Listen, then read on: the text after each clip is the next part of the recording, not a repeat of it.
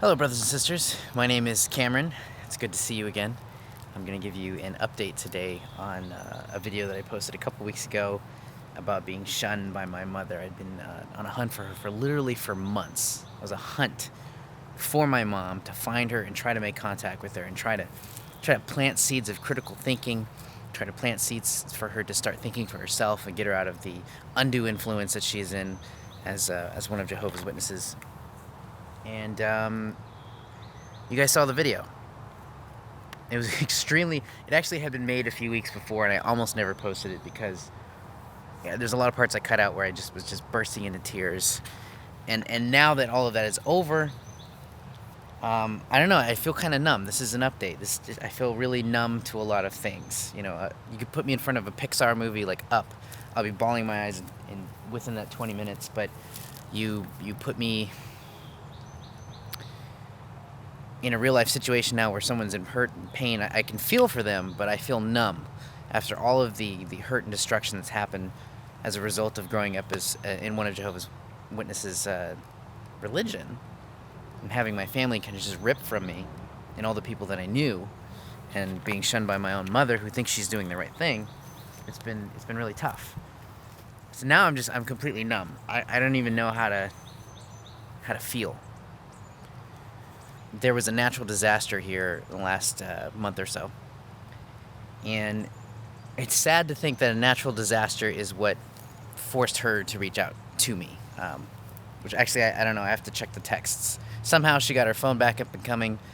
For the first few 2 or 3 vlogs videos, if you check on my channel in the playlist, you can see that her phone was down and there was no way of contacting her. She didn't even have a landline. I searched for her, searched, and she rejected me in the last video, and I expressed myself in that. This time, a natural disaster happened, and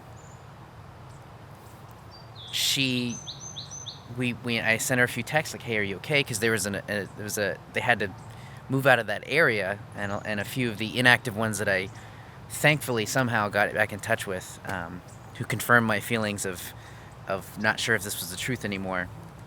One day, hopefully, I can put them on camera too.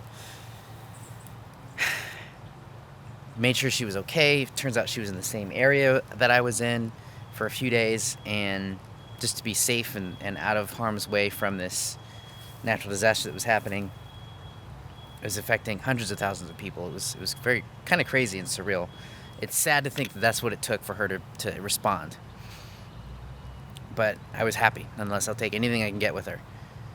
So I reached out to her, and I was like, hey, I just want to make sure that you're safe and that you're okay. And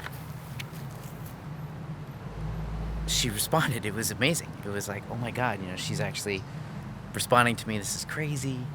This is good. And I said, hey, I need to not only grab a few things from her, because she still has a lot of my things from my childhood, but also there were some Old Kingdom books that I wanted to see again for research purposes. And she was responding. She's like, yeah, let's meet for coffee. This is great. And I'm thinking like, oh my God, this is amazing. Is this happening? Someone pinch me, slap me, something. And about a day or two before, as usual, as she normally does, I don't know why I got my hopes up high on this one, stop responding. We'd set up a time and a date. We set up a loose time and a loose date for us to meet up for coffee on the weekend. She disappears. I just don't hear from her. And it's heartbreaking. It was literally, utterly heartbreaking, for this to happen over and over and over again. This is about the second or third time that I've been able to have contact with her. JW friends who, when they're cut off from their friends and family, like, oh my God, I don't know what to do with myself. You lose everything. It's like getting a rug pulled out from under your feet and just landing flat on your back and having no idea how to survive when you're, in your 20s, or as a teenager, or as in your 30s or in your 40s and your 50s. And some people have reached out like, hey, I'm suicidal. Hey, I miss you guys. I love you. I need to speak to someone in my family. No contact whatsoever. And the scripture that is pushing me forward, as difficult as this is, but Matthew chapter 9 in the JW app, verses 9 through 13 says, next, while moving on from there, Jesus caught sight of a man named Matthew sitting at the tax office, and he said to them, "Be my follower." At that, he rose up and followed him.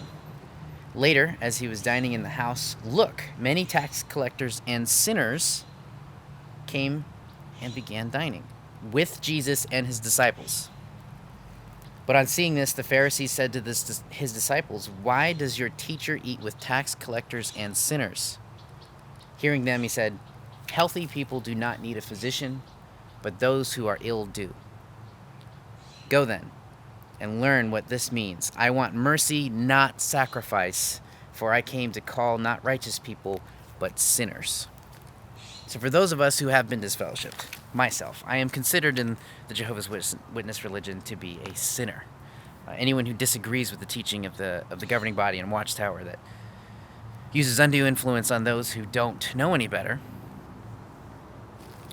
they're immediately getting rid of and cut off from their friends and family. This is a mind control, undue influence technique. This is a psychological thing, not a religious thing, a psychological thing. And we have scriptural proof. Number one, that the word disfellowshipping, excommunication, disconnecting is not biblical. There's some strong scriptures that disfellowshipping is based off of, and I will go into that in a future video. I'm actually very excited to sit down and pull that apart. But this scripture alone shows that Jesus was merciful and he did not want sacrifice. And that's what people in the Jehovah's Witness religion are taught. Tough love is sacrifice. Even though Jesus ate with and spent time with sinners and tax collectors, which is linked to another scripture. I'll put those in the description below. At this point, I feel extremely numb. I'm not happy with how this is happening or how it's coming. At this point, there's some very important things that I want to talk to about with my mother that has to do with my past that I have big question marks over. Like, what happened? And I feel extremely numb. I don't even know how to feel. I want some of my things back. I just want to talk to her. And if it's the last time I give her a hug, I hope it's not. But I'm actually reshooting this video. I reshot a video of this the day all of that happened, when she just did a no-call, no-show.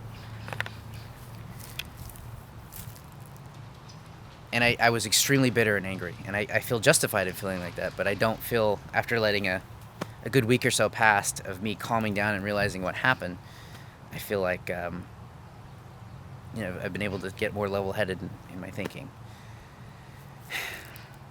So I'm going to give her a time limit. She's got a year.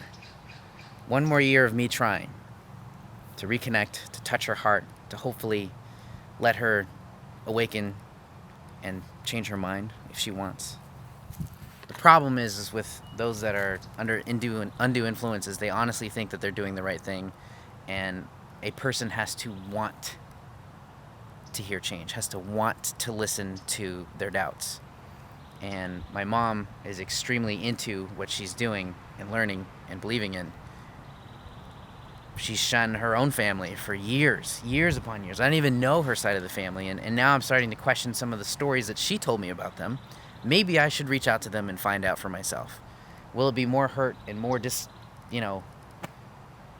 disappointment? Maybe. I just feel like, I don't know, I'm the kind of person that I sometimes can't let things go when there's big question marks in my life. I feel like Leah Remini and I are the same. We just can't let things go unless we have to pee. But that's where it's at right now. Just disappointment after disappointment. But I've been reading a few books. Steve Hassan's book on combating cult mind control. His YouTube channel is great. I actually reached out to some of his staff members. There's some interviews. One of his team members is an ex-Jehovah's Witness. And I wanted to share that information with you guys, give you an update. It hasn't gotten any better. And yes, it's depressing and it's sad, and sometimes I want to give up, but I can't.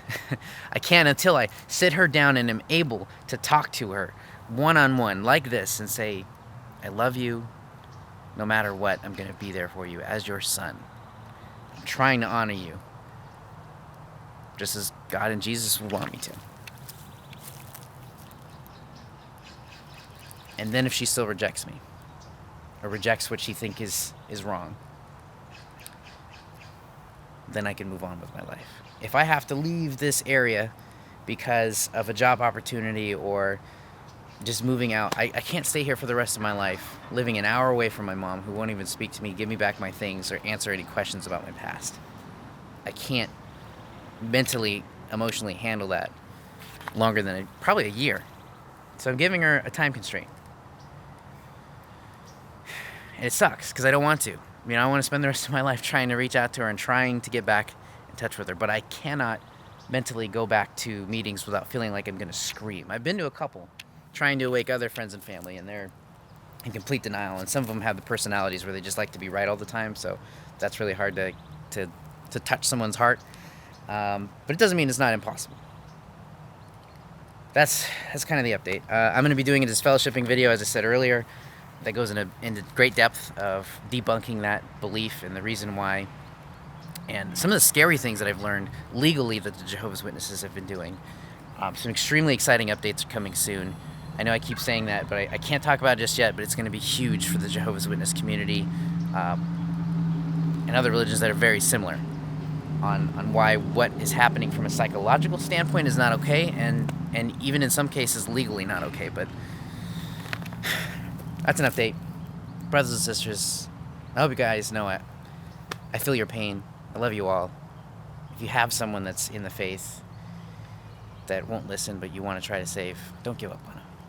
Try. At least try. If you have enough of a relationship there to want to try. I'm the type of person where I need to go out fighting for the right thing and know that I at least tried my best. Because I don't want to look back and go, well, I never tried. And I know some who have, and it just didn't work out for them. And I know some who did, and the entire family was awoken because of all the years of struggle. And that's what keeps me going, is that could be me. It could be my friends and my family. But stay positive.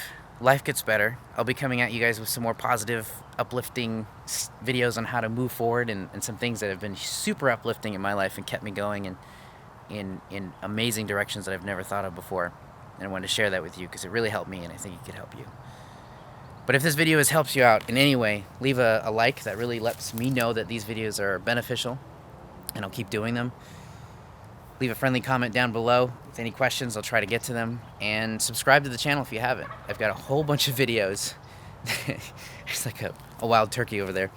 I have a whole bunch of videos that are geared towards self-improvement and growth, that debunk some of the teachings that I needed to get off my chest and shoulders to share with you guys. And